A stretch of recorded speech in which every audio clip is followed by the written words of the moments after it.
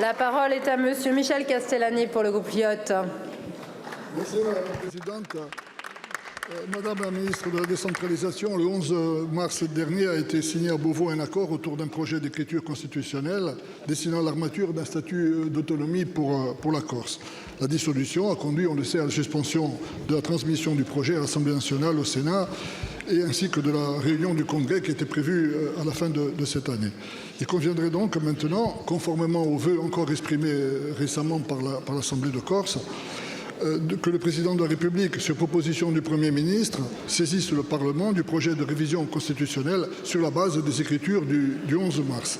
En toute hypothèse, il est de votre compétence, Madame la ministre, de renouer le dialogue pour porter de réelles solutions à la question corse. Je vous demande donc, selon quel calendrier et quelle procédure au pluriel vous comptez donner suite au projet de réforme, comme je voudrais demander respectueusement au président de la République de mettre en œuvre l'article 89 de la Constitution.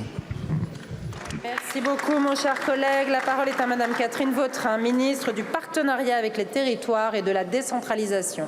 Merci Madame la Présidente, Mesdames et Messieurs les députés, Monsieur le député Michel Castellani. Monsieur le député, vous m'interrogez sur le sujet de la poursuite du processus dit de Beauvau.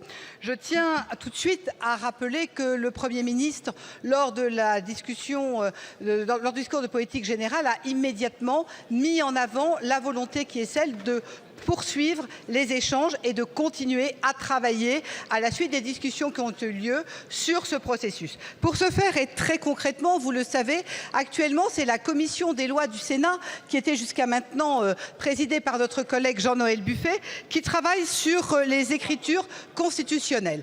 Ce qui est prévu, c'est que nous ayons le rapport de la commission du Sénat dès la fin de ce mois d'octobre. Immédiatement après, ces travaux vont être transmis à votre commission des lois de l'Assemblée nationale, là encore pour continuer les échanges sur la même base, c'est-à-dire avec les forces politiques, les forces vives de l'île. Et je veux tout de suite vous dire, évidemment, la disponibilité du gouvernement, ma disponibilité.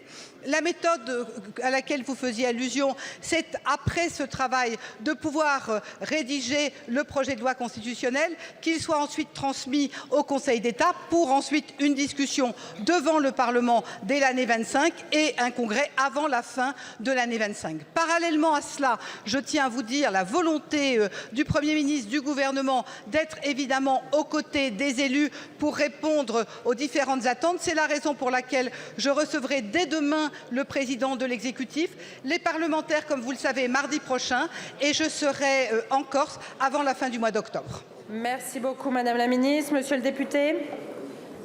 Je vous remercie, Madame la ministre, pour votre réponse. Je voudrais souligner le fait que la question corse est particulière et qu'elle est grave et qu'on ne procédera pas à l'indispensable assainissement d'une situation qui nous a porté au désastre, qui nous a porté à la culturation, qui nous a porté à la spéculation galopante, aux problèmes sociaux, à la précarité.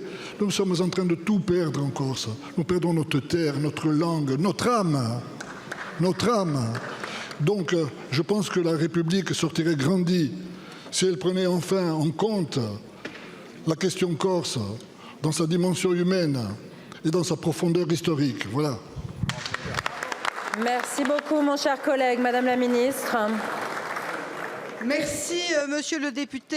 Très concrètement, l'objectif du gouvernement, c'est de continuer le dialogue, conscient, bien évidemment, de l'importance de la Corse, de l'importance de l'autonomie de la Corse dans la République.